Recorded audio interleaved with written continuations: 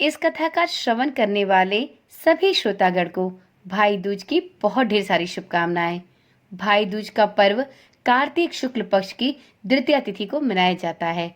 यह पर्व भाई बहन के प्रेम का प्रतीक है। इस दिन भाई बहन को साथ साथ यमुना स्नान करना, तिलक लगवाना तथा बहन के घर पर भोजन करना अति फलदायी होता है।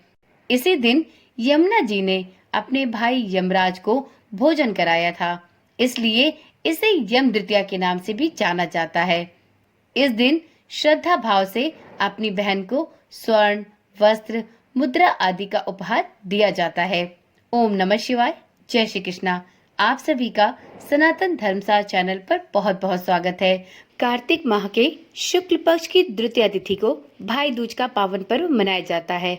इस दिन सभी बहनें अपने भाई की लंबी आयु और उसके उत्तम स्वास्थ्य की कामना से भाई दूज का व्रत करती हैं और व्रत के दौरान भाई दूज की यह पौराणिक कथा सुनी और सुनाई जाती है। तो चलिए आज की वीडियो में हम सुनते हैं यमराज और उनकी बहन यमुना की भाई दूज की एक अत्यंत ही पौराणिक कथा।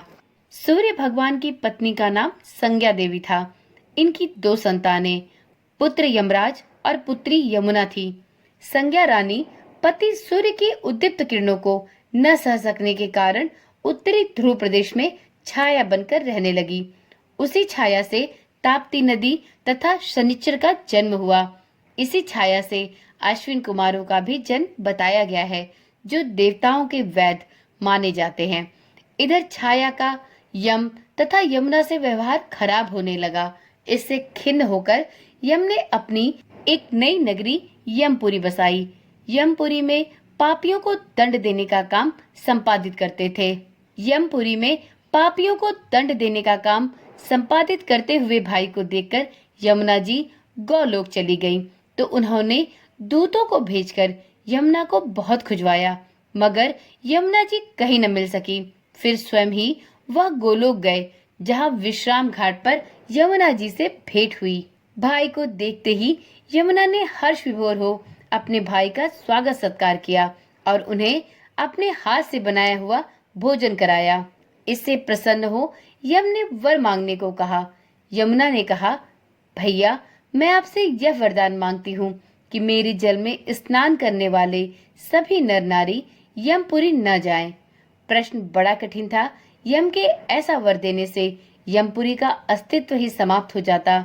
अतः भाई को असमंजस में देखकर यमुना बोली, आप चिंता न करें भाई, मुझे यह वरदान दे कि जो लोग आज के दिन बहन के यहाँ भोजन करेंगे, इस मथुरा नगरी स्थित विश्राम घाट पर स्नान करेंगे, वह आपके नरक लोक में कभी नहीं जाएंगे। इसे यमराज ने स्वीकार कर लिया।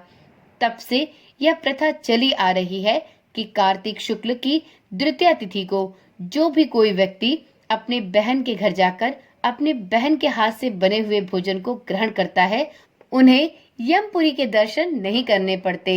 इसे यमराज ने स्वीकार कर लिया कि इस तिथि को जो भी कोई व्यक्ति अपने बहन के घर भोजन नहीं करेंगे, उन्हें मैं बांधकर यमपुरी को ले जाऊंगा और तुम्हारे जल में स्नान करने वालों को और कार्तिक शुक्ल की द्वितीया तिथि को अपने बहन के घर जाकर उसके हाथ से बने भोजन को ग्रहण करने, यमुना नदी में स्नान करने वाले सभी व्यक्तियों को स्वर्ग की प्राप्ति होगी। वे नरक लोक में कभी नहीं जाएंगे।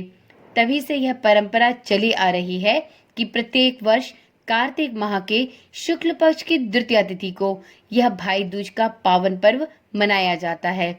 इस दिन सभी भाई अपनी बहन के घर जाते हैं, उनसे टीका कराते हैं और अपनी बहन के हाथ का बना हुआ भोजन ग्रहण करते हैं और साथ में अगर संभव हो तो यमुना नदी में स्नान करते हैं। इस दिन सभी बहनें बहुत ही प्रेम और आदर सत्कार के साथ अपने भाई को अपने घर बुलाकर चौक बनाकर अपने भाई का तिलक करती हैं, उनको अपने हाथ से बना हुआ भोजन कराती हैं और साथ ही भगवान यमराज से और माता यमुना से यह प्रार्थना करती हैं कि उनके भाई को दीर्घायु और उत्तम स्वास्थ्य की प्राप्ति हो। मित्रों, ऐसी मान्यता है कि इस कथा को भाई दूज के दिन पढ़ने अथवा सुनने से ही यह व्रत संपूर्ण होता है। तो चलिए इस कथा के साथ इस वीडियो को भी यहीं पर समाप्त करते हैं।